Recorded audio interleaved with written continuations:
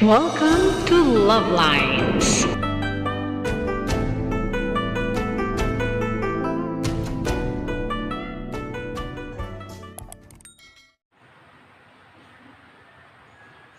Luto tayo ng ampalaya with egg.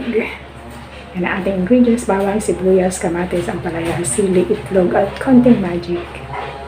Tara, let's cook! Ayan, ready na yung kawali.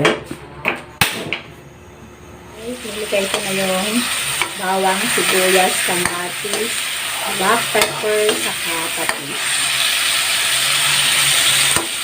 Isang ko pa.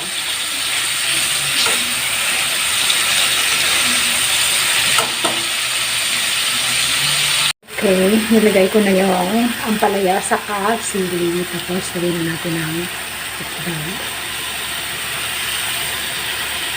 Mayroon na pala yung tubig. Nagyan ko ng tubig.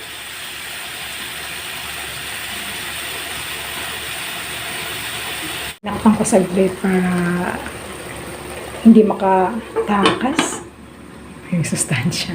Para mabilis maluto.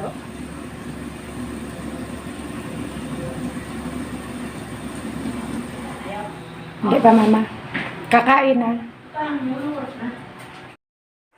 Tara, let's eat ampalaya with egg.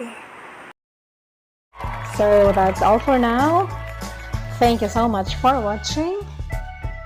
Once again, this is LuvLiNes. Have a good day and God bless.